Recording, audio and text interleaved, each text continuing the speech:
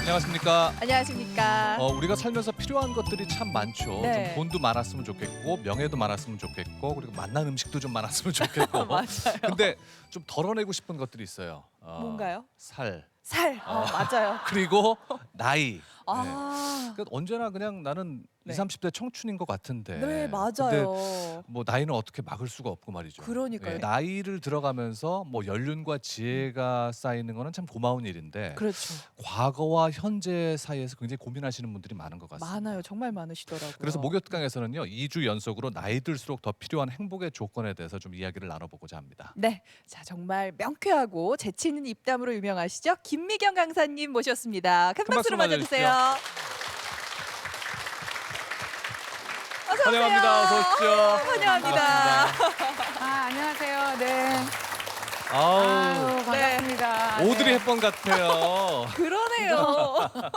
아니 나이 들수록 네. 이렇게 막 이렇게 방 뜨는 치마도 입고 싶고 왜 그런지 모르겠어요. 너무 잘 어울리세요. 고맙습니다. 네, 멋진 의상 좋습니다. 네. 저는 이 아침마당 진행하면서 네. 그 모시는 어르신들 보면은 뭐 70세가 넘어서도 막 영어 공부 열심히 하시는 맞아요. 분들, 맞아요. 또 네. 100세가 되셨는데도 등산 다니시는 분들, 정말 맞아요. 인생을 열심히 예. 사시는 분들 보거든요.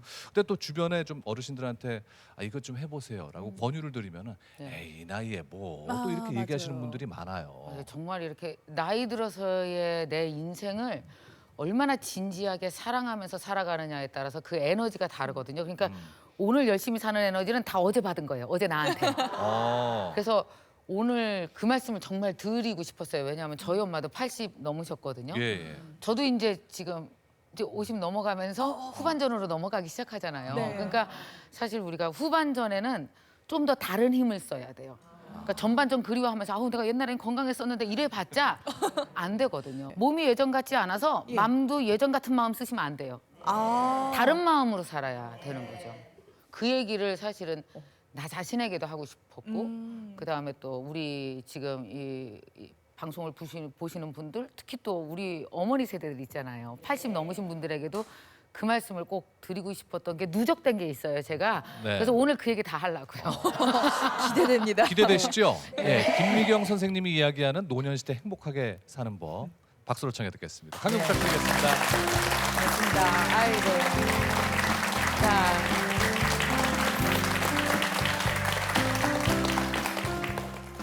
자, 여기 계신 분들 어머, 연령이 정말 다양하시네요. 그렇죠. 여기 지금 여기 50대 손 들어보세요. 50대. 아우 멀쩡하네. 엄청 젊어 보여요. 그 지금 60대 분 손 들어보세요. 60대. 60대, 50대랑 별로 차이가 안 나네요. 정말 차이가 없어요. 그죠? 그다음에 70 넘으신 분들 다 들어보세요. 70 넘으신 분들. 70 넘으신 분. 왜 안 드세요? 그래. 지금 몇이세요? 지금 70이세요. 오늘 여기 오신 분들 정말 좋습니다. 왜냐하면 우리 다 같이 어차피 다 50을 넘어서서 인생 후반전으로 들어가면서 살게 되거든요. 근데 요즘에 이 질문 먼저 드릴게요. 100세 시대, 100세 시대 얘기하잖아요. 근데 옛날에 뭐 100세 시대 이렇게 하면 아유 거짓말하고 있는데 무슨 100살을 살아. 그 100살이 무슨 축복이야 그게. 아유 나이 들어서 얼른 갈 때 되면 가야지 이런 생각하고 사실은 우리가 100세 산다 그러면 100세 안 믿었죠. 그냥 괜히 듣기 좋으라고 하는 말이라고 생각을 했어요. 근데 솔직히 말해서 요새 100세 산다는 게 믿어지세요? 안 믿어지세요? 믿어져요. 그 윤인구 아나운서만 해도 젊어서 안 믿는 거예요. 근데 정말 살아보면요. 100세 가까이 갈수록 믿어지기 시작하는 게 신기합니다. 그죠? 어떻게 믿냐면 요즘에 이렇게 왜 누구 돌아가셨다 그래서 가보면 아우 그래 몇 살 살다 가셨어요? 그럼 80 하나요? 그럼 뭐라 아우 충분히 살다 가셨네 얘기하는 사람 있어요? 없어요. 다 뭐라 그래? 아깝다. 진짜 그러죠? 아우 아깝다. 조금 더 사셔도 되는데 이 얘기를 다 한단 말이에요. 그러면 도대체 얼마나 살아야 안 아까운 거예요 우리가? 예. 90 가까이는 90은 넘겨야 아깝지 않다라고 그렇게 생각을 한단 말이에요. 그죠? 그러면 여러분 한번 생각해 봅시다. 우리가 인생이 우리가 결혼한 이후에 이게 마라톤이잖아요. 마라톤이라고 생각을 한다면 우리가 몇 살부터 몇 살은 아픈 상태로 살아가게 될까요? 여러분 언제부터 아파요? 얼마 전에 제 친구들을 만났거든요. 제가 이제 53살이잖아요. 우리끼리 만나면 그거부터 물어봐요. 너 끝났니? 이거부터 물어봐요. 윤인규 씨는 몰라도 돼요. 우리끼리 늘 하는 말이에요. 50 넘으면은 그게 제일 궁금해. 너는 언제 끝났나? 그러면 끝났지 얘 벌써. 그럼 너 어때? 증상을 물어보는 거예요. 증상을. 그럼 뭐가 열 오르고 내리는 증상부터 시작되죠. 응? 춥고 덥고 이게 시작되잖아요. 갑자기 확 더웠다가 땀이 막 났다가 갑자기 확 추웠다가. 여러분 이게 반복될 때 몸이 정상일 것 같으세요? 몸 안에 모든 것들이 호르몬이 무너지기 시작하면서 어떤 일이 오냐면 그냥 기력이 없어요. 그냥 어디가 왜 아픈지 이유도 몰라 병원 가면. 근데 그냥 기력 없고 그냥 침대 옆에서 3일간 이렇게 누워있고 어머 나 왜 이렇게 살아야 되나 이러면서 점점 뭐가 되냐 하면은 어차피 여러분 60 가까우면 우리는 정상적으로 받아들여야 되는 게 하나가 있어요. 큰 병 걸리지 않아도 오래 써서 고장 난다고요. 그냥 오래 써서 뭐냐면 소모된다고요. 뼈도 소모되고 그다음에 장 기능도 오랫동안 쓰니까 소모되고 그다음에 이제 뇌 소모되는 건 확실히 느끼시죠? 아무리 얘기해도 까먹어. 그죠? 뇌도 소모되고 그러면서 점점 기력도 소모되고 그러면서 우리가 결국은 어떻습니까? 나이 한 60부터 90까지 30년은 어떻게 해요? 아픈 몸 데리고 사는 게 정상적인 삶이죠. 어쩔 수 없어요. 근데 몸만 아파요? 몸만 아픈 게 아니야. 그렇지 마음도 아프지. 왜냐? 왜 마음이 아파요? 왜 내 몸이 옛날 같지 않아? 운동하고 싶어도 안 되고 여행 가고 싶어도 무릎팍도 아프고 막 아픈 데도 많아. 그리고 또 한 나이 60 되면 뭐가 생기는지 아세요? 왜 마음이 아픈 거냐면 여태까지 해놓은 게 뭔가. 아우 돈 벌어서 다 어디 갖다 썼을까? 도대체 이 남자는 결혼해서 나한테 해준 게 뭐야? 원래 여러분 아시죠? 자기한테 승질 부리는 게 우울증이고 남한테 승질 부리는 게 분노잖아요. 이게 두 가지 증상이 동시에 같이 오죠. 나한테 승질 나고 그 남자한테 승질 나고 이게 동시에 같이 와. 그래서 결국 어떻게 되냐면 60 이후에는 아픈 몸을 데리고 산다는 게 어차피 우리한테는 다 정상이에요. 방법이 없는 것 같아요. 그죠? 60 이후에는 다 그러고 살아야 돼. 근데 60 이후에 우리가 아픈 몸을 데리고 사는 데 있어서 아주 행복하게 아픈 몸을 데리고 사는 사람이 있을까요? 별로 드물어요. 일단 왜 그런지 아세요? 원망을 하기 때문이에요. 나 왜 이렇게 아프지? 나 옛날엔 안 그랬는데. 여러분 한번 보세요. 근데 생각해보면 아프기 이전까지는 정상이라고 생각하고 많은 사람들이 아픈 이후에 나를 비정상이라고 생각하죠. 나 왜 아프지? 옛날엔 뛰어다녔는데. 나 왜 아프지? 옛날엔 장사도 잘했는데. 나 왜 아프지? 옛날엔 내가 내 손으로 밥 다 해먹었는데. 근데 누구나 다 어느 순간이나 아프기 시작한 시점이 있죠. 어떤 사람은 되게 일찍 아픈 사람도 있어요. 30살쯤에 무슨 암이나 이런 거에 수술을 한 다음에 그 다음부터 아파. 그런 사람은 어때야 돼요? 30살부터 90까지 아픈 몸을 몇 년? 60년 데리고 살아야 되는 사람도 있어요. 그런 거에 비하면 되게 행운이죠. 사실 나이 60 이후에 아파서 나를 한 30년 데리고 사는 거는 행운이야. 그러나 여러분 행운이라고 아무도 생각 안 하죠. 내가 아픈 건 그날부터 나한테는 엄청난 충격이에요. 그래서 딱 보세요. 아프기 전날과 아픈 날 다음이 굉장히 달라요. 그날 이후는 되게 충격적인 거예요.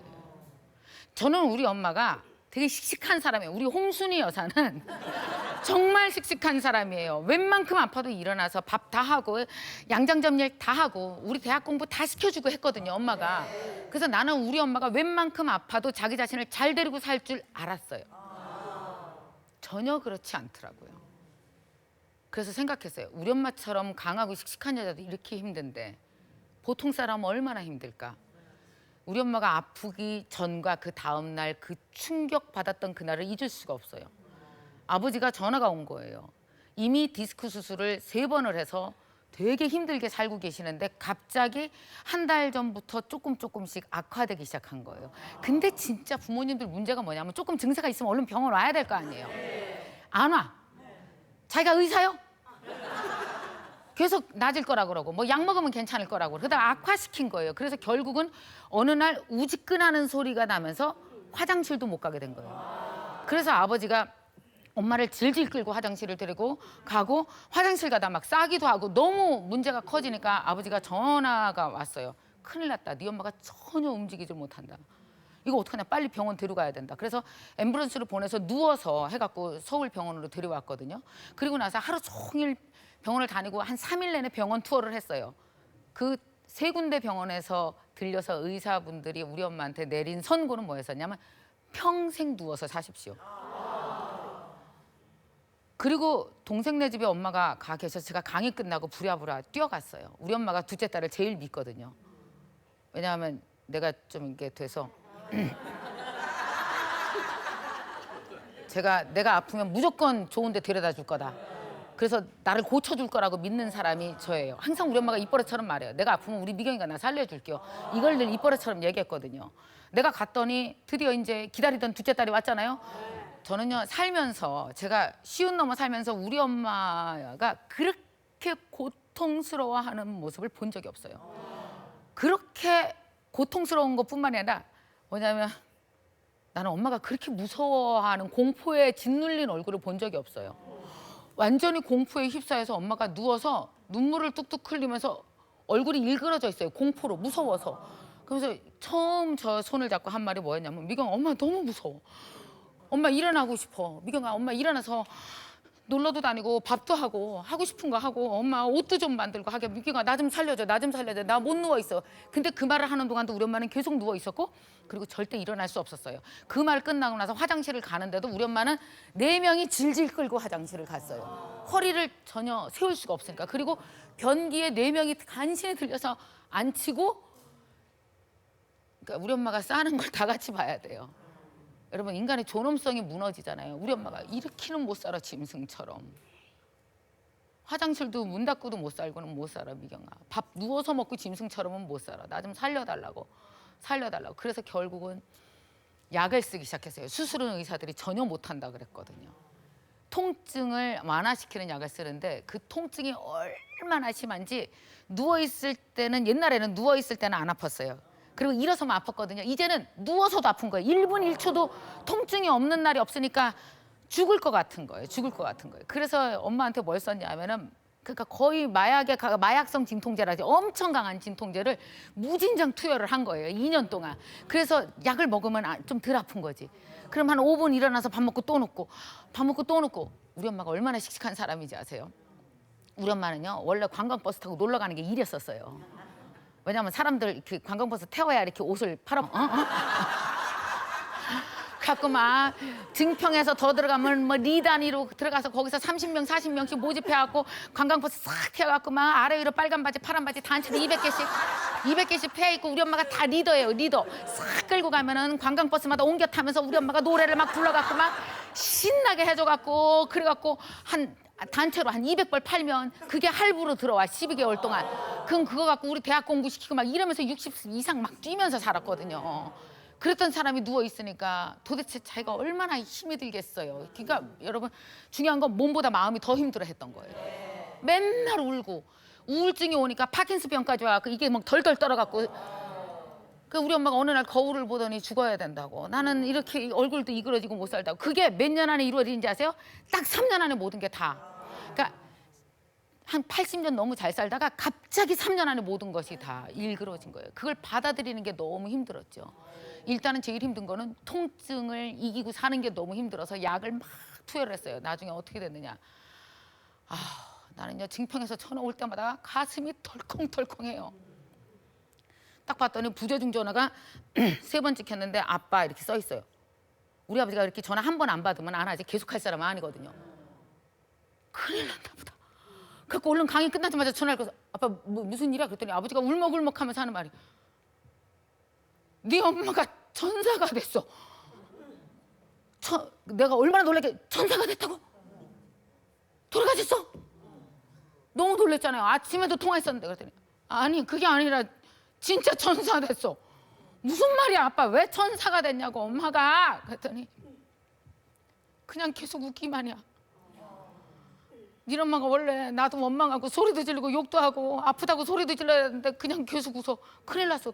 무슨 말이야 그랬더니 가면 존댓말을 쓴대요. 어느 날 아침부터 그날 아침부터 바깥 아주면 고맙습니다. 그리고 웃는데요. 고맙습니다. 그리고 울어. 아버지가 가면 아유 이게 누구신데 저 밥도 차려주시고 고맙습니다. 그리고 화장실을 가지를 못하고 막 오줌 싸고 똥 싸고 다 대변 소변은 못 가리고 지저분하게 해서 죄송합니다. 그런 거 정말 아버지가 6시간 동안 너무 무서웠던 거예요. 그때 아버지가 나한테 한 말이 있어요. 나는 우리 아버지가 원래 우리 아버지 우는 걸 본 적이 없거든요. 근데 막 우시면서 하는 말이 그러더라고. 내가 나쁜 놈이야. 내가 네 아버지, 네 엄마한테 잘해준 게 없어. 근데 이렇게 아프다가 저렇게 천사가 돼서 죽으려고 그런다. 나 욕이나 하고 죽지 차라리. 나한테 고맙댄다. 천사가 돼서 죽으려고 그런다. 사람이 원래 죽을라 그러면 딴 사람 되는겨. 네 엄마 딴 사람 됐어. 며칠 못 살래나 봐. 빨리 서울 가야겠다. 그래갖고 이제 제가 아버지 이제 또 앰뷸런스 불러서 엄마 모시고 왔어요. 내가 집에 딱 들어갔거든요. 너무 놀란 거예요. 우리 엄마가 나한테 뭐랬는지 알아요? 아우 아줌마는 누구세요? 결혼식장은 다녀오셨어요? 무슨 결혼식장이요? 손자 손녀 딸내미 아무도 몰라보는 거예요. 아무도.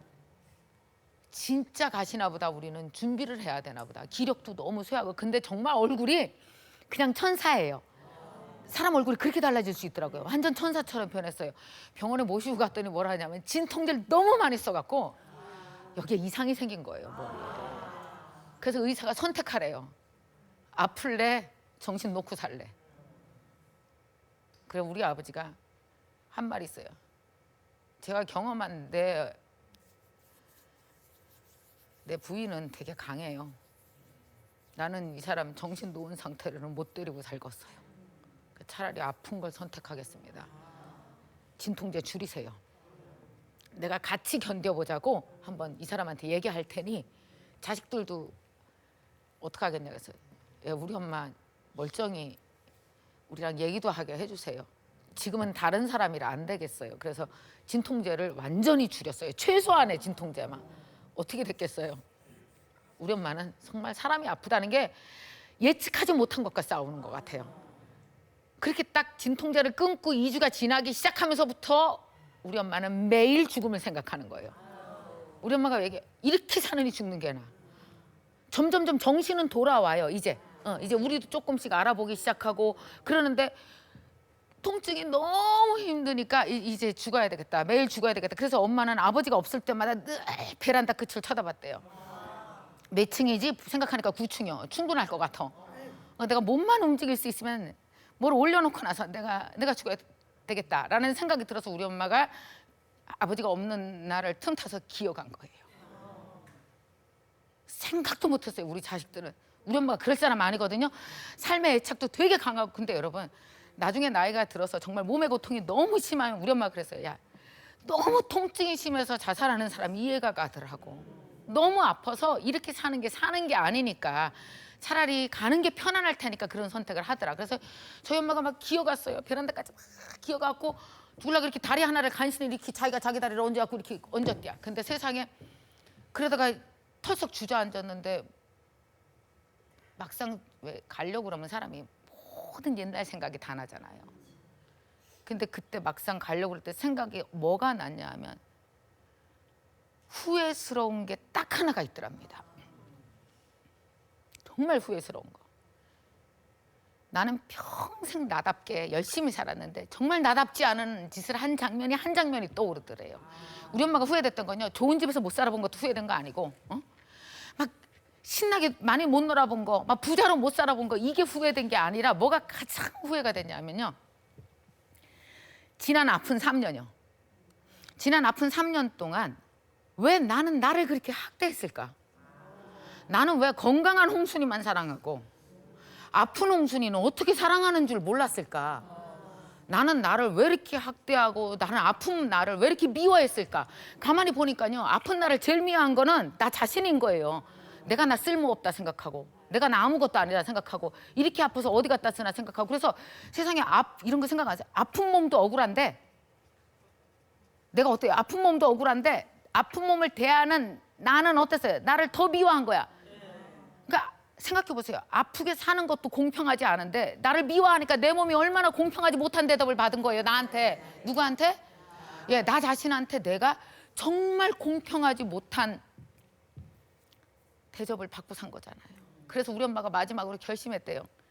얼마의 세월이 될지 모르지만 내가 아픈 나 실컷 사랑이나 해주고 죽자. 미워하지 말자. 내가 이 통증 내가 그냥 데리고 살아야 되겠다 라고 결심을 한 거예요. 그래서 내가 엄마 내려가서 얘기했어요. 엄마 진짜 잘 생각했어. 엄마 진짜 잘 생각했어.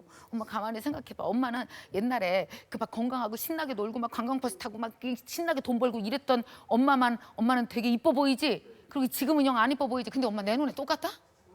자식 눈에 똑같아. 그렇게 막 건강하고 막 우리 애 막 야단치고 때리고 막 이러면서 막 신나게 키울 때 엄마도 되게 멋있었고 좋았는데 지금 이렇게 누워서 내 전화도 받고 이렇게 누워서 얘기도 하고 막 이러는 엄마 있잖아. 통증과 막 싸워서 용감하게 살아가는 엄마 내 눈엔 똑같아요. 그때 용감했던 엄마나 돈 버느냐고 용감했던 엄마나 통증이 이면서 살아내려고 버티는 엄마나 내 눈에는 똑같이 멋있어 엄마. 아직도 예쁘다고. 걱정하지 말라고 엄마. 그러니까 엄마 지금 충분히 엄마 사랑받을 만하니까 열심히 사랑하면서 살아. 그랬거든요. 그랬더니 하루는 우리 엄마가 전화가 왔어요. 요새 전화 받으면 기분 좋아요. 전화 딱 받으면 뭐라 했는지 알아요? 미경아, 엄마가 헛것도 안 보이고 다 사람도 정상으로 보여. 그리고 매일 보고를 해요. 엄마 화장실 걸어서 갔어. 내 정신으로 걸어서 갔어. 그럼 아이고 잘했네, 아이고 잘했네. 그러고 내가 막 그 깐난하게 하듯이 막 귀여워하고 막 또 우리 엄마한테 이렇게 열심히 쓰라고 카드를 드렸거든요. 근데 못 쓰는 거예요. 밖에 못 나가니까. 그래서요 저는요 이렇게 제 휴대폰에 띵동 그러고 나서 어디서 뭐 설렁탕 7,000원 이렇게 찍히잖아요. 그러면 막 박수를 쳐. 아이고 착해라 나가서 설렁탕 먹었구나. 아유 내 자식이랑 똑같아. 아주 그냥 너무 귀엽고 이쁜 거예요. 그러더니 우리 엄마가 기쁜 소식을 전화 왔어요. 우리 엄마 원래 노래 잘하거든요. 목청이 내 10배는 돼요. 원래 목청 써갖고 목청이 커서 노래 좋아하고 목청 커서 아버지랑 많이 싸웠었어요. 왜냐하면 제가 그 패티김 씨 쇼를 한번 보내드린 적이 있거든요. 그때가 우리 엄마가 칠순이었나? 그때 갖고 우리 아버지랑 같이 그 가시라고 차를 대절해서 이렇게 해갖고 경주까지 보내드린 적이 있어요. 그리고 우리 엄마랑 아버지랑 경주에 가서 디너쇼 있잖아요. 그걸 보는데 패티김 씨가 나와서 막 사랑이란 두 글자는 막 이 노래를 불렀대요. 근데 아버지랑 대판 싸웠잖아 그날. 왜냐면 테이블 밑에 앉아있던 우리 엄마가 패티김보다 더 크게 부른 게 노래를. 그래갖고 진짜예요. 마이크 대고 한 패티김 씨보다 우리 엄마 목청이 더 커서 아버지가 너무 창피해갖고 당신 때문에 창피해서 어디 다니질 못한다고 막 이렇게 승질 부리고 막 이러고 그냥 아우 그랬거든요. 근데 우리 엄마가 원래 그렇게 목청도 좋고 그래갖고 그렇게 노래도 잘하고 그래요. 근데 엄마가 전화가 이렇게 와갖고 하는 말이 미경아 있잖아 엄마가 정신이 돌아왔나 봐. 왜? 미경아 나 얼마나 똑똑해졌는지 내가 너한테 보여줄까? 엄마는요 제일 속상했던 게 자기가 몇 달간 사람 못 알아본 바보 노릇한 게 되게 속상해해요 지금도. 엄마가 얼마나 똑똑해졌는지 보여줄까? 그래서 보여줘 엄마. 얼마나 똑똑해졌는데 그랬더니 야 요새 텔레비에서 노래가 나오더라. 엄마가 신곡 취입했어. 무슨 노래? 그랬더니 안동역에서라는 노래가 아냐? 여러분 아세요? 네. 엄마가 불러볼까? 그랬더니 세상에 안동역이라는 노래를요 그냥 구성지게 얼마나 크게 불러. 미경아 또 하나 봐서 고장난 벽시계도 잘이야. 그러더니 그것도 막 이러면서 박수미 노래를 부르고 정말 우리 엄마 내가 그거요 어떻게 했는지 아세요? 녹음해놨어요. 이거 내가 나중에라도 꼭 엄마 돌아가셔도 나는 이 노래 꼭 들어야지. 그래서 우리 엄마가 그날 나랑 1시간 반 통화를 했거든요. 1시간 반 통화한 내용과 노래를 내가 다 녹음을 해놔서 컴퓨터에 저장해놓고 지금도 가끔 들어요. 너무 기특하고 우리 엄마 너무 이쁘고 통증이 이겨낸 거 너무 좋아서. 그래서 우리 엄마가 요즘에 뭐라 그러는지 아십니까? 미경아 엄마가 이 통증 데리고 살기로 했어. 어차피 내 몸에 온 거니까 이거 내 거요. 두려워하지 않고 내가 죽는 날까지 얘랑 행복하게 살다가 내가 얘 데리고 갈게요. 야 끝까지 내가 잘 데리고 살다 갈 거니까 걱정하지 마. 그래서 아침마다 일어나서 엄마 되게 아프잖아. 그럼 아침에 일어나서 내 통증한테 엄마가 말해. 통증아 너 네 할 일 해라. 난 나 할 일 할게. 그리고 나서 우리 엄마가 그 다음부터 뭐 하셨는지 아세요? 누워서 자서전 썼어요. 살아온 인생. 통증은 네 할 일 해라. 나는 내 할 일 한다. 그러면서 하루에 한 개씩 텔레비 보면서 노래도 배우고 그러면서 어떤지 아세요? 너무너무 지금은 행복하게 병과 함께 행복하게 사는 방법을 드디어 3년간 투병 끝에 알아내셨어요. 나는 그런 우리 엄마가 너무 존경스러운데요. 엄마 아무도 해낼 수 없는 거 해냈어. 우리 엄마니까 해낸 거야. 나 엄마 진짜 멋있어. 우리 엄마 진짜 괜찮은 사람이야. 엄마 옛날에 돈 벌고 살던 거보다 요새가 더 멋있는 거 알아? 엄마 진짜 훌륭한 사람이야. 제가 말해주거든요. 그래도 가끔씩 우리 엄마 그런 얘기해요. 아우 너무 오래 살면 우리 미경이 짐 되는데. 그 얘기 들으면 그렇게 승질이 나. 짐 아니라고. 짐 아닌데 그렇게 아우 너무 오래 살면 짐 되는데. 대부분요 이게 뭐냐면 혹시 짐으로 생각할까 봐 미리 얘기하는 것 같아. 그죠? 나중에 혹시 이것들이 나를 짐으로 생각할까 그래갖고 선수 치는 것 같아. 또 그런 얘기는 꼭 항상 언제 하는지 아세요? 약간 섭섭하고 뭐 삐졌을 때 얘기해요. 아유, 오래 살면 짐 되는데 일찍 가야 되는데. 근데 제가요, 우리 엄마, 아픈 엄마 모시고 한 10여 년 이렇게 엄마와 함께 있어 보니까 알겠는 게 뭔지 아세요? 정말 세상에서 통증 데리고 잘 사시잖아요. 아픈데도 열심히, 아픈 몸 데리고 열심히 사시면요, 그게 자식한테 가장 가벼운 짐인 거 아세요? 짐 중에? 우리 엄마가 아파도 열심히 그냥 어떻게든지 살아내고 어떻게든지 살아 계시고 밥도 먹고 그러잖아요. 그러면 어때요? 아무리 돈이 들고 병원에 가도요, 그건 가벼운 짐이요. 세상에 제일 자식한테 무거운 짐이 뭘까요? 만약에 우리 엄마 그때 나쁜 맘 먹고 가셨으면 내 마음이 얼마나 무거운 짐이 되겠어요. 이 세상에 제일 무거운 짐은 해드린 것도 없는데 먼저 가시는 거라고. 그게 자식한테 가장 무거운 짐이죠. 가장 가벼운 짐이 뭐예요? 그래도 지금 같이 살아 계시는 거.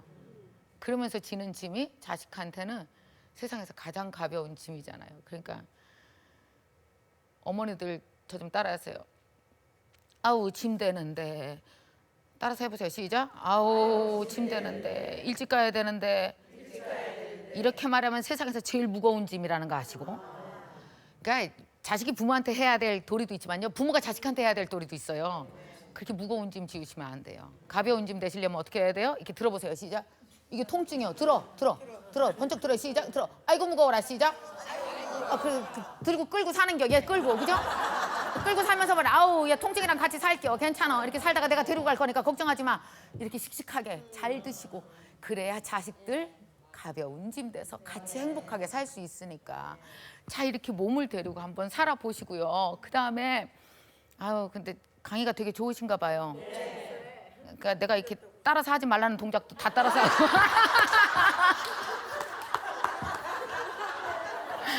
내가 막 이러니까 강의하려고 그러는 건데 본인들도 막 따라서 해, 이렇게. 그리고 이제 정말 두 번째 중요한 얘기 할게요. 사람이 나이가 들면 고통스럽고 아픈 몸 데리고 사는 거 반이고요. 또 마음 데리고 사는 게 또 쉽지 않죠. 왜냐하면 나는 인생 후회 없이 살았어. 막 지금 가도 좋아. 이런 사람 하나도 없어요. 왜 후회가 없어요? 이렇게 마음속에 이렇게 가만히 생각해 보면은 아유, 그때 내가 내 자식들한테 더 밀어주지 못한 것도 후회되고, 그냥 뭐 돈 좀 한번 열심히 벌어볼 걸 이렇게 어렵게 살게 해서 애들한테 제대로 뒷바라지 못하게 해준 것도 막 그렇고, 또 뭐 시어머니랑 그렇게 사이 안 좋았는데 시어머니 끝까지 화해하지 않고 그냥 돌아가시게 한 것도 마음에 짐되고, 친정엄마의 아버지한테도 제대로 못한 것도 짐되고. 정말 그래서 왜요? 마음에 되게 나이가 들수록 이렇게 가벼워져야 되는데 자꾸만 무거워지죠. 마음이 되게 무거워져요. 근데 이 무거운 마음의 상태와 아픈 상태를 옆에서 가장 가까이 지켜보는 사람이 한 사람이 있습니다. 그게 누굴까요? 남편이에요. 자식이 가까이서 지켜봐요? 아니요. 일주일에 한 번 전화할까 말까? 아유, 이거는 다 남편이 지켜보고 있는 수밖에 방법이 없어요. 아니면 아내가 지켜보거나, 그죠? 부부끼리 지켜보죠.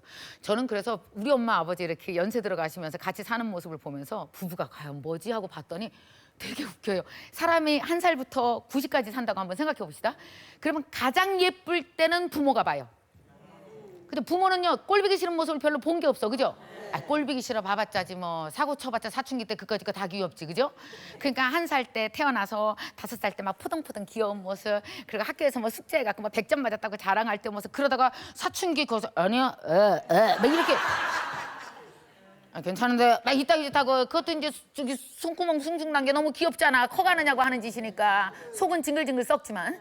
그러다가 이제 조금 철 들어갖고 25살, 6살 지돈 벌기 시작하다가 한 30 가까이 되면 얘네가 시집장가 가잖아요. 여러분 결혼식 날 봐봐요. 내 자식보다 예쁜 아들이 어디 있어? 그죠? 내 자식보다 예쁜 신부가 어디 있어? 그죠? 그리고 딱 결혼시키고 나면 못 보죠? 아, 보긴 뭘 봐요. 한 달에 한 번 보는 거지.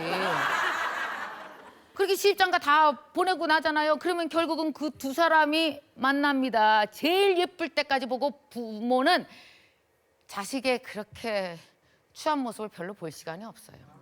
근데 그 추한 모습은 누가 봐요? 이렇게 날씬하고 처녀 때 되게 이뻤는데 한 50 먹어서 배 이따만 해주고 걸을 때마다 막 배가 출렁거리고, 아우 이 뱃살 어떡하면 좋아, 뱃살 어떡하면 좋아, 막 이러는 모습. 그다음에 남편도 젊었을 때 막 근육도 있었는데 나중에는 남편도 막 늘어지고 엉덩이 근육도 하나도 없고 나이 60, 70 되고, 그러다가 막 주름은 쭈글쭈글하는 모습. 여러분 보세요. 제일 이쁠 때 만나서 가장 추한 모습까지 서로 봐주는 사람은 누구예요? 부부잖아요. 부부잖아요. 그래서 사실은 가만히 보면은 살아가면서 나한테 있었던 가장 예쁜 모습에서 가장 남한테 안 보여주고 싶은 모습까지, 그러다가 나중에 병 나면 어때요? 대변 소변 다 받아주는 것까지 그거 누가 해요 다? 그거 남편이 하고 아내가 하고 두 사람밖에 할 게 없어요. 근데 여러분 생각해 보시죠. 부부라는 이름으로 엮어놓지 않았으면은 나중에 나이 70, 80 먹어서 그 추한 모습이라고 하는 걸 누가 받아주겠어요? 우리 엄마 그렇게 막 아프고 막 대소변 이랬을 때요, 우리 아버지밖에 할 사람이 없었어요. 그거를 누가 하겠어요? 옆집 아저씨가 와서 해요? 여러분 자식이 가서 그거를 얼른 뛰어가서 할 시간이 없어요. 그리고 그 친구도 못해요. 지저분해요. 근데 남편은 왜 할까요? 왜 할까요? 여러분 우리 아버지가 아는 거예요. 이 여자가 나 위해서 그동안 60년간 나한테 큰 은혜를 베풀었다는 걸 아는 거예요. 내가 받은 게 워낙 많아서 이 정도는 내가 베풀어야 된다는 걸 아는 거죠. 그래서 부부는요 법적으로 맺어져서 그 서로가 좋건 좋지 않건 평생 은혜 베풀고 나중에 끝까지 그걸 받아내는 사람인 거죠. 내가 준 만큼 그걸 받는다고요. 사실은 부부 아니면 어떤 인간관계도 그걸 감당할 게 없어요. 우리 직원 아버지가 그렇게 싫어했거든요. 자기 부인을. 사는 내내 엄청 싸웠어요. 근데 아버지가 암에 걸리셨거든요. 병원에 입원하셨어요. 근데 막 하루 전날까지도 부인 꼴보기 싫다고 당신이 한 게 뭐 있냐고 맨날 아버지가 되게 꼬장꼬장해요. 그러신 분이었거든요. 근데 병원에 누워서 돌아가시기 직전에 매일 찾은 사람이 누구겠어요? 예, 부인밖에 없어요. 왜 부인을 찾았을까? 이 사람 언제 오냐? 네 엄마 언제 오냐? 네 엄마 언제 오냐? 왜 찾았을까요? 내 이거 감당해 줄 사람 네 엄마밖에 없는 거 아니까. 지구를 통틀어봐도 내 아픈 몸 마지막 모습 감당해 줄 사람 그 사람 하나밖에 없는 거 아니까. 그래서 여러분 부부는 서로 끊임없이 사랑하는 관계라기보다는 서로 평생 참아내는 의리 관계 아니에요. 그래서 서로가 서로에게 그걸 해야 돼. 그거 해줄 사람이 정말 이 세상에 누구밖에 없어요? 부부가밖에 없어요. 그러면 되게 사이좋게 살아야 정상이잖아요.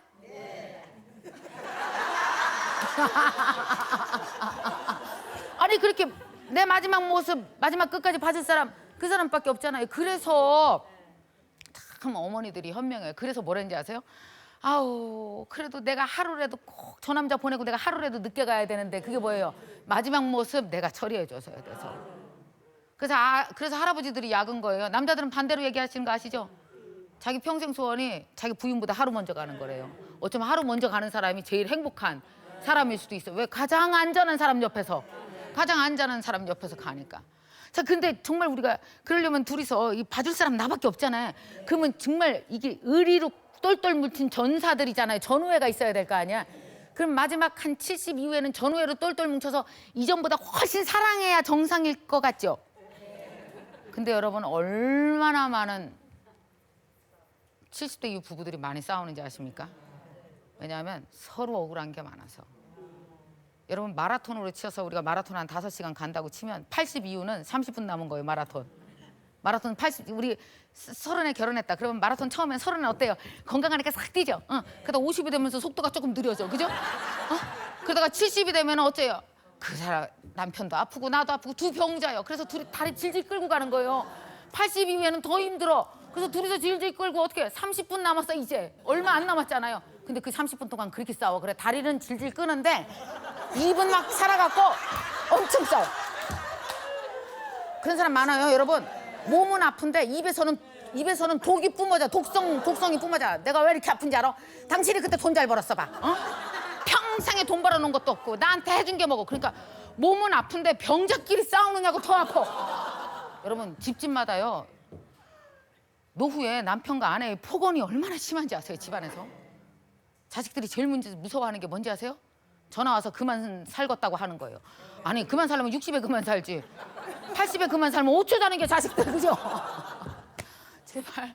그래서 정말 나이 들어서 우리가 마음에서 독성 안 나오게 사는 게 서로한테 독 뿜지 안 하고 살아야 되는데 정말 많은 할머니들이 이래요. 난 평생 잘못한 게 없어. 내가 얼마나 희생하고 살았는지 알아. 되게요. 되게 집안의 어머니들은 무결점이요. 자긴 잘못한 게 없대요. 얼마나 내가 알뜰살뜰 그 쥐꼬리만한 월급으로 살림을 하고 내가 왜 자기 고생한 얘기는 막 책으로 쓰면 10권이죠. 그리고 집집마다 다 책꽂이에 10권씩 꽂혀져 있잖아. 갖고 누구 오면 한 권씩 뽑아. 아버지 바람 피운 편, 뭐 아버지 돈 까먹은 편, 그리고 시어머니 나한테 못되가 한 편, 그래갖고 편별로 정리하면요 한 책으로 한 20권 넘는 집도 수태 많아요. 그러니까 그걸 한 권씩 가끔씩 꺼내는 거지 이제. 갖고 나는 결점이 없어. 나는 뭐 평생에 잘못한 게 하나도 없는데. 그래서 엄마들이 원래 편집 기술이 뛰어난 거 아세요? 자기 좋은 대로 편집한다. 그리고 아버지는 아주 나쁜 사람으로 편집해서 아예 드라마 하나를 딱 만들어 버렸어. 계속 틀어대는 게 여러분 그거 계속 틀면요 자식들은 그런 줄 알아요. 왜냐하면 사실이냐고 아버지한테 안 물어보거든. 그리고 아버지는 사실이 그게 아니라고 말하시지도 않거든. 그러니까 나이가 들면 남자는 점점 기운이 빠지지. 거기다가 밥 해주는 사람이 부인이니까 걔도 밥도 못 얻어 먹을까 봐 이제 일단 웬만한 거 그냥 그죠? 딴 거 없어. 다 중요한 게 나이 들면 밥이요. 그래갖고 밥도 못 얻어 먹을까 봐 이렇게 하고 있어. 근데 여러분 어떤지 아십니까? 혹시 그거 아세요? 아버지들이 남편이 70 넘으면 얼마나 약해졌는지 혹시 아세요? 약해져 있다고요. 옛날에 막 돈도 좀 벌고 월급도 척척 갖고 오고 뭐 근력도 있고 이런 40대 50대 남자일 때만 하더라도 당신이 한 게 뭐 있냐고 막 이렇게 쏴대는 한 시간 소리를 잔소리를 듣잖아요. 그럼 이게 뭐예요? 잔소리로 들려요. 왜냐? 내가 멀쩡하니까. 에이 됐어. 에이, 나갔다 올게. 잔소리로 들려요. 근데 나갈 데도 없고 나가보니 굶고 남자들끼리 만나야 촬영하기만 하고 그러면 집에 있잖아요. 지금은 더 이상 경제적 활동도 안 한다고 사회 활동도 안 하고 기운도 빠져 있는 상태에서 당신이 한 게 뭐 있냐고 부인이 이렇게 부인은 또 갈수록 입의 힘이 더 세져요. 몸은 병들었는데 입의 힘은 되게 세져요. 그래갖고 막 어딨냐고 막 이렇게 남편을 막 야단치고 몰아붙이잖아요. 그럼 여러분 꼭 알아두세요. 어떤지 아십니까? 남자 몸이 약해지고 더 이상 경제 능력도 없고 그러면요 이게 잔소리로 안 들리는 거 아세요? 여러분 남자도 충격받아요. 잔소리로 안 들리고 어떻게 들려요? 엄청난 위협으로 느껴져요. 그래서 여러분 할아버지 우울증이 더 심합니다. 제발 할머니들이요 여러분만 살라고 그러지 말고 남편도 좀 살려주세요. 가끔 엄마들이 이런 얘기해요. 나는 평생 니네한테 희생하고 살았고 아버지는 니네한테 그냥 나가서 그냥 돈만 벌고 그리고 가끔씩 나쁜 짓도 하고 그래갖고 니네한테 해준 게 없어. 그래갖고 자식들이 나만 사랑해라고 그러시죠. 여러분 택도 없는 소리 하지 말아요. 아버지가 엄마한테 무슨 짓 했는지 모르지만 우리는 둘 다 똑같이 부모인 거 아세요? 엄마 착각이요. 분명히 알려드리는데 내가 똑바로 살았기 때문에 자식들은 나만 좋아할 거라는 거 엄마 착각이에요. 우리는 어렵게 사는 아버지도 사랑해요. 절대 그런 일 없어요. 그러니까 착각하지 마세요 엄마들. 그래서 제발 아버지한테 독한 소리 좀 그만해요. 남자가요 아기가 돼서 더 불쌍하고 더 위축되고 그래서 여러분 할아버지들 우울증으로 할아버지들이 나쁜 결정하는 사람들 점점 더 많아지는 이유가 뭔지 아세요? 그래서 그래요. 제발 어머니들이 그만해야 돼요. 근데 어머니들이 왜 이렇게 독한 말을 자꾸 하는지 아세요? 알려드릴게요. 여러분이 모르고 있는데 뭐 하나 지금 아셔야 돼요. 이렇게 옆을 쳐다봐요. 왼쪽 쳐다봐요. 다 같이 왼쪽 쳐다봐. 여기 뭐 하나 있죠? 안 보여? 여기 뭐가 있냐? 혹시 이렇게 사나운 맹견 하나 안 보여요? 이렇게 잡아보세요. 맹견 하나 있는 거예요. 잡아봐. 이렇게 맹견을 잡아봐. 이렇게 잡아봐. 여러분 여자가 나이가 들어서 분하고 억울한 게 인생에 많잖아요. 그럼 어떤 일이 발생되는지 아세요? 알게 모르게 자기가 맹견 하나를 키우고 있었어. 맹견, 그러니까 내 분함과 억울함을 먹고 자란 맹견이야. 사료가 분함과 억울함이에요. 갖고 얘한테 얘기를 하는 거죠. 내가 얼마나 불했는지, 내가 얼마나 억울했는지, 내가 얼마나 힘들게 살았는지를 막 얘기하잖아요. 이게 맹견이 하나 있어요. 이렇게 잘 숨겨놔. 그러니까 애완동물처럼 길러요. 그러다가 남편 엄청 꼴보기 싫고 누가 나쁜 소리 하더라. 그럼 맹견 푸는겨. 물어. 그래서요 맹견을 아주 튼튼하게 키워요. 솔직히 얘기하면 우리 엄마도 맹견 한 마리 있어요. 내가 얼마 전에 보니까 우리 엄마가 맹견 옆에 하나 뒀더라고요. 그래서 화나면 풀더라고요. 가서 물어라. 내가 얼마나 힘들게 살았는데. 근데 내가 우리 엄마를 볼 때 너무 안타까운 점이 뭔지 아세요? 우리 엄마가 그 맹견 갖고 돌아가실까 봐 너무 걱정돼요. 사람이 죽을 때는 어떻게 죽어야 돼요? 돌아가실 때는 자 손을 이렇게 해보세요. 탄생. 해보세요. 탄생. 죽음. 그럼 우리 태어날 때 아무것도 안 갖고 태어났고 억울한 분함 없었죠. 그럼 두 개를 이렇게 일치시켜 보세요. 탄생과 죽음의 모습이 비슷하면 비슷할수록 행복하게 가는 사람이래요. 우리 아무것도 안 갖고 태어났으니까 갈 때 아무것도 안 갖고 가야 되잖아요. 근데 뭐 갖고 가려고 하면 되게 억울하죠. 이거 다 두고 가서. 그죠? 근데 우리 태어날 때 막 저놈 억울하고 분하고 이런 거 안 갖고 태어났죠. 맹견 따위 없었죠. 근데 만약에 갈 때 탄생과 비슷해야 되는데 이만한 맹견 한 마리를 끌고 가는 거예요. 혹시라도 누가 나 뭐라 그러면은 가서 물어 그러려고. 나 똑바로 살았어. 난 잘못한 거 하나도 없어. 나 되게 억울해. 이거 얘기하려고. 여러분 나이 들어서 이 맹견을 옆에 늘 두고 계시는 분은 어떤지 아세요? 얼굴이 하나도 안 행복해요. 잘하고 살았으면 뭐해요. 마음에 분함과 억울함이 꽉 차 있는데 그 맹견 데리고 가시면 어떻게 되는지 아세요? 자식들이 알아요. 우리 엄마가 맹견 데리고 간 거. 아, 우리 엄마는 맹견 못 버리고 돌아가실 때 갖고 갔구나. 그걸 뭐라 그래요? 한이라 그러죠. 우리 엄마 억울하고 되게 한이 꽉 뭉친 상태로 한 번도 안 행복해보고 갔어가 자식들 마음에 유산으로 남으면 자식들은 평생 무거워요. 그것 때문에. 자랑스럽지가 않은 거예요.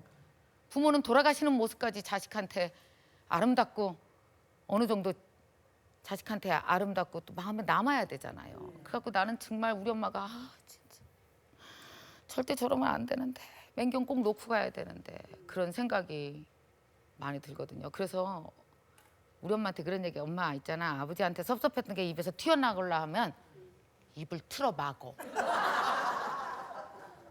우리 엄마 그래요. 아니요, 그래도 말하고 나면 스트레스 확 풀리는데? 엄마 스트레스 풀릴지 모르지만 독성이 더 강해진다? 엄마 그 얘기 끝나고 나면 눈빛이 하나도 안 행복해. 알아? 그리고 두 번째, 아버지가 심근경색으로 몸이 되게 약하잖아. 아버지가 많이 위축돼 있어. 아버지도 죽음 가까이 계셔서 엄마의 말을 이제 더 이상 받아줄 수가 없어. 너무 약해져서 진짜 위협으로 들리고 아버지가 슬퍼하고 운다고. 엄마 지금 엄마랑 아버지는 두 병자가 걸어가고 있잖아. 발 걸면 어떡해. 서로 같이 끌어줘야지 힘들어도. 그렇게 30분 남았다고 엄마. 30분 동안 아버지 손 잡고 가라고 맹견 손 놓으라고. 무겁다고 엄마한테. 엄마 맹견 종살이 하면 안 돼. 놓고 아버지 손 잡고 30분 가. 이제 30분밖에 안 남았어. 그렇지 미경아. 그럼 내가 우리 엄마 안에서 그래 우리 엄마가 얼마나 똑똑한데 깨닫는 힘이 최고 있는 홍순이 씨. 아무리 나이 들어도 새로운 거 들어오면 바로 깨닫고 고치는 우리 이쁜 홍순이 씨. 우리 엄마 잘할 수 있어. 잘할 수 있어. 그랬더니 엄마 그래야지 하거든요.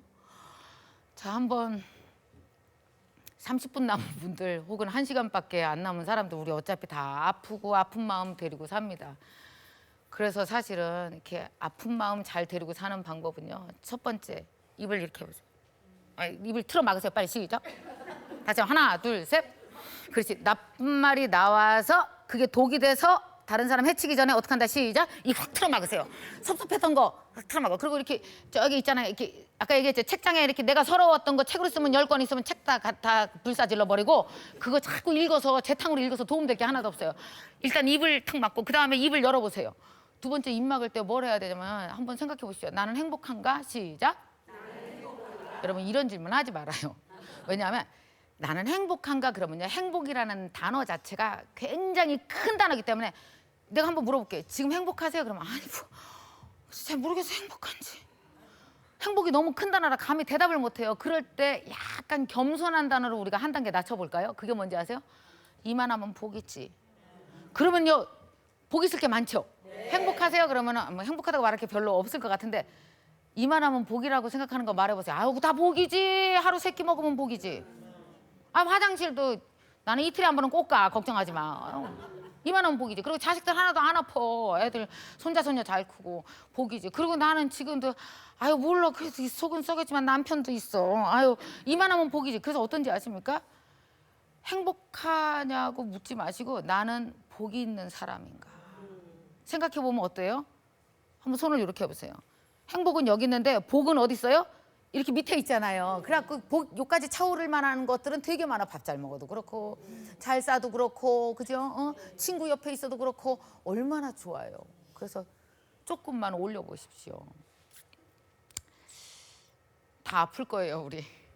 다 아플 거예요. 저도 물론 이제 60 가까이 지금 53인데 이제 손 내려도 돼요. 이렇게 아우, 너무 열심히들 하셔. 너무 열심히.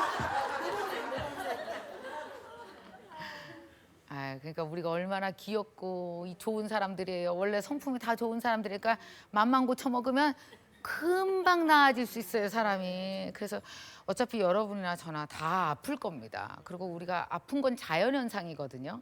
그 자연현상을 가지고 어떻게 잘 데리고 사느냐에 따라서 사실 우리가 이런 얘기하죠. 끝이 좋아야 다 좋은 거라고. 맞아요. 마라톤 30분이 되게 좋아야 돼요. 그래서 아프지만 기쁘게 사시고, 그리고 또 혹시 부부가 함께 아프신 분들 우리 병자끼리 손들고 걸어가는 거잖아요. 그러니까 그때 같이 손잡고 이렇게 편안하게 이렇게 잘 걸어가시고. 그래서 요즘에 우리 엄마 아버지 이렇게 뵈잖아요.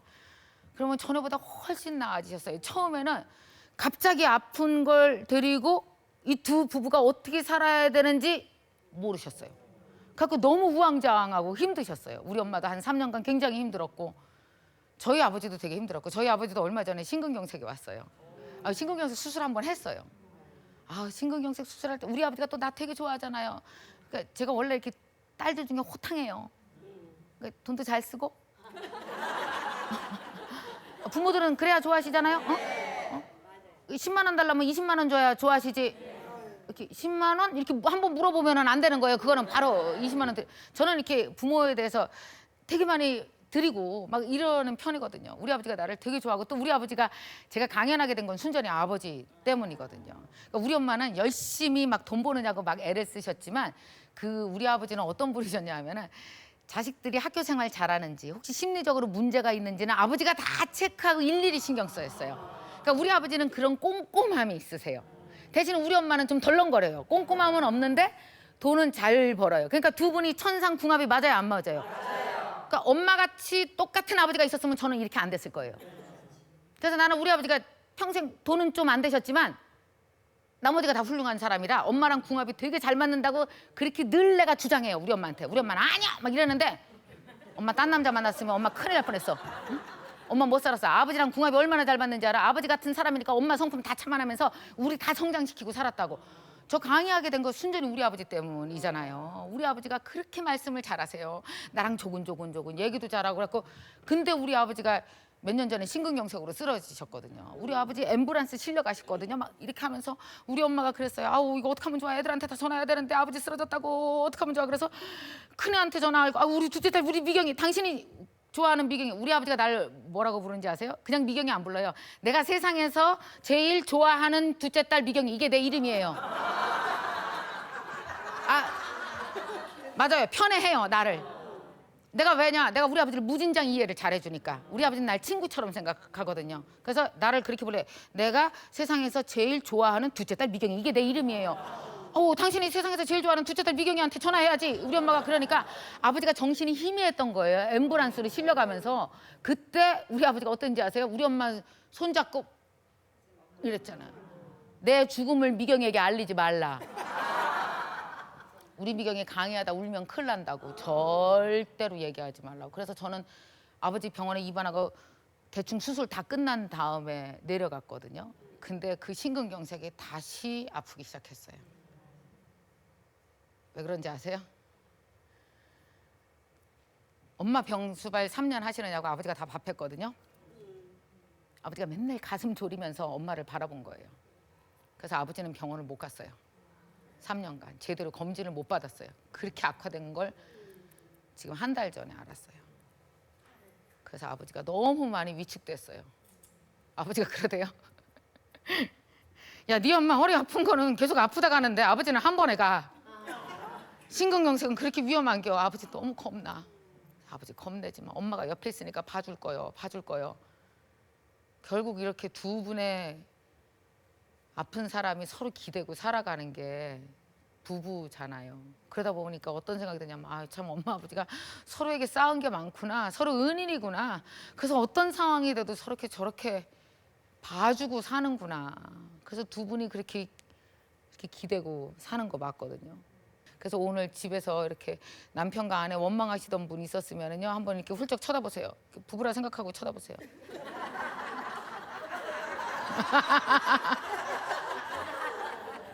다 은인인 거지. 네. 봐줄 수 있는 사람 다 은인이다, 이렇게 생각하고 사시고요. 그래서 제가 오늘 저희 엄마 아빠께 정말 드리고 싶은 말씀이 있었어요. 그리고 제가 편지로다가 썼거든요. 제가 좀 읽겠습니다. 자, 엄마 많이 아프지? 세상에 우리 엄마처럼 힘있고 열정 많은 그런 사람이 아무것도 못하고 누워있으니 엄마 얼마나 답답할까, 얼마나 힘들까. 내가 알아. 아빠 무서워 죽겠지. 어느 날 갑자기 돌아가실까 봐 아빠 엄청 무섭지. 나도 무섭다. 근데 그거 알아 엄마? 아빠? 어느 날 내가 문득 생각났는데 엄마 아빠 병이 우리 엄마 아빠를 꼭 닮았더라. 엄마 허리병은 엄마랑 꼭 닮았어. 엄마 일하는 거 좋아하잖아. 엄마가 양장점에서 그렇게 오래 서서 일해서 그렇게 열심히 돈 벌었는데 그렇게 오래 서 있었던 세월하고 엄마 허리병이랑 꼭 닮아 있더라고. 그거 알아 엄마? 엄마 병이 엄마 역사야. 그러니까 훈장이란 말이야 엄마. 미워하지 마. 아빠 심근경색도 아빠랑 되게 닮았더라. 우리 아빠 되게 돈 잘 벌고 살고 싶었는데 돈 안 벌려서 되게 속상했지. 남자 노릇 제대로 못했다고 엄청 자책했지. 엄마 대신 우리 자식 5명 사고 치는 거 다 챙기느라 마음고생했지. 아빠랑 꼭 닮았더라 심근경색이. 그러니까 아빠 이거 아빠 훈장이야. 둘이 다 열심히 살아서 온 병이라고. 그 엄마 아빠 병 덕분에 우리 5 남매 훌륭히 자랐잖아. 그러니까 그 병 미워하지도 말고 억울해하지도 말았으면 좋겠어. 기왕 해온 거니까 잘 데리고 살자 우리. 그리고 오래오래 사셨으면 좋겠어. 나는 엄마 아빠 젊고 건강했던 모습보다 지금 훈장단 모습이 더 자랑스럽고 존경스러워.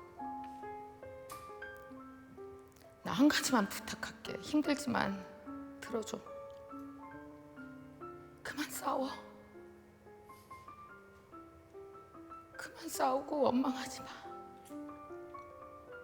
서로 2 손 꼭 잡고 아픈 몸 아픈 마음 서로 위로해주고 살아. 오래오래 버텨.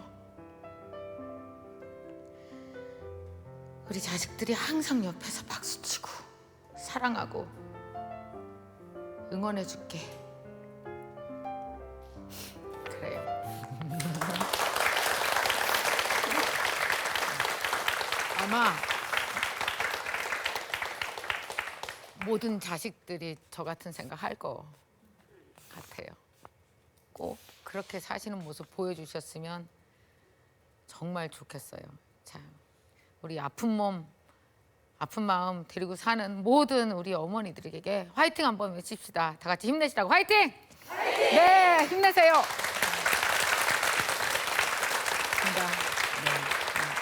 네, 오늘 정말 멋진 강의 감사합니다. 사실 저는 그 강의 시작할 때 네. 이 스튜디오 안에 남자가 저 혼자라는 게 굉장히 두려웠었거든요.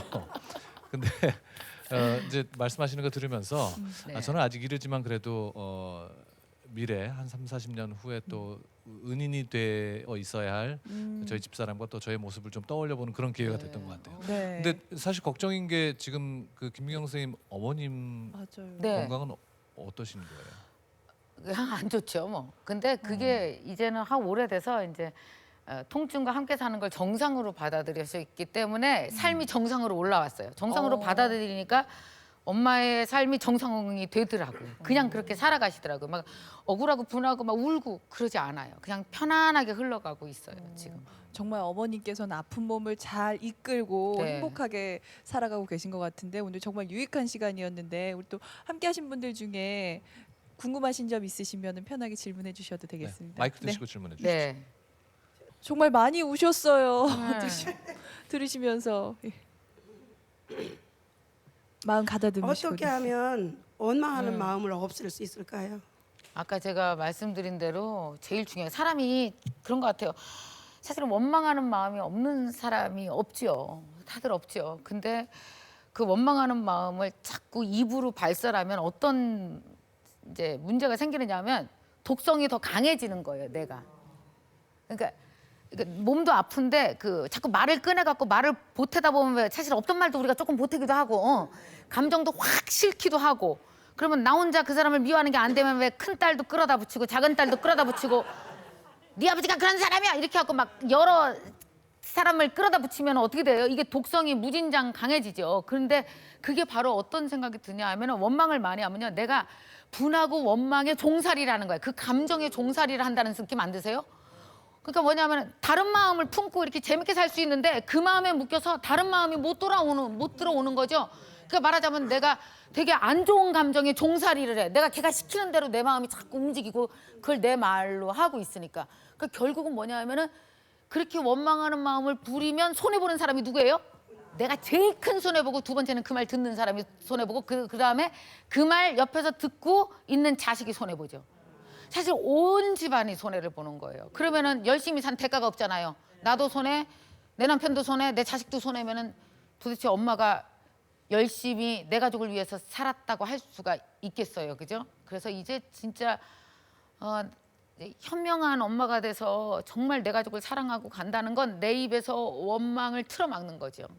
그래서 원망하고 싶을 때는 어디 가서 하세요. 그러니까 누가 안 보는 데서. 그래서 입에서는 나와야 그래도 속은 시원하잖아.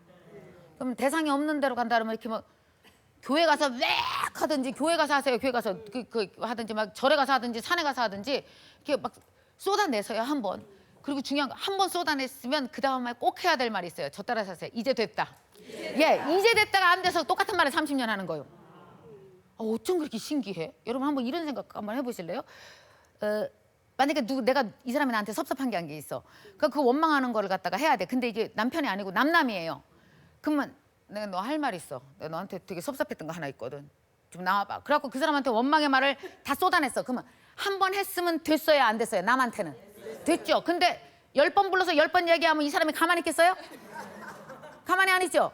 근데 100번 이상 하는 사람은 부부밖에 없어요. 그러니까 남편 엄청 착한 거예요. 100번 들어주는 거면. 안 그래요? 여러분 남한테 섭섭한 거 있었는데 불러낼 때마다 100번 얘기하면요. 이 사람이 난리가 나요. 가만히 있지 않아요. 그러니까 이제 남편 대단한 사람이에요. 이렇게 못 듣는 것 안 듣는 척하면서 이렇게 들어주고 막 이렇게 그러다가 정 한 번 안 되면 엄청 승질 부리는 거 아니에요. 그러니까 이 세상에 내가 이렇게 노래처럼 불러대는 내 원망을 들어준 사람 그것도 10번 이상 들은 사람은 그 사람밖에 없어요. 근데 자꾸 하면은 나한테도 독되고 온 집안에 독이 되니까 나오려고 그러면은 어디 가서 한번 세게 하고 그때 한번 얘기해 버리세요. 선언을 하세요. 이제 됐다. 시작. 이제 됐다. 한번 세게 했습니다. 이제 됐다. 그리고 한번 탁 털어버리시고 나면 그래도 그 사람 보면서 아유 이만하길 복이지 옆에 있어서 복이지라고 생각하면 훨씬 더 원망을 좀 줄일 수 있을 거예요. 그리고 이제 됐다라 한 번은 털어내세요. 잘못하면요 그 원망 갈 때 갖고 가게 돼요. 아까 제가 말씀드렸죠. 맹경 끌고 가면 무거워서 안 된다고. 걔 놓고 가라고요. 그래요. 놓아 버리세요. 네, 고맙습니다. 또 다음 질문, 예, 두 번째 질문하십니다. 수시로 부모님이 다투셨던 이야기를 들어주다 보면 저까지 욱할 때가 있거든요. 진짜 그렇죠. 예, 가끔씩 다투세요? 부모님이 자주 다투세요. 자도. 예, 근데 여기 많이들 자주 다툰대요. 예. 그런데 저까지 욱할 때가 있어요. 그렇지. 예, 그래서 부모님과 이야기할 땐 어떻게 하면 좋을지. 얘기하지 말고 돈을 들이세요.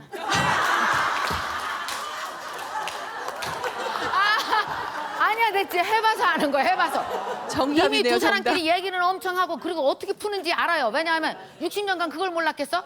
우리가 대입할 문제가 아니에요. 엄마가 잘못했고 아버지가 잘했고 이거 해봤자 싸움만 붙여. 엄청 공감하시네 돈 얘기하니까. 여러분 왜 이런 거 있잖아요. 이제 자식 싸웠다고 생각해 보세요.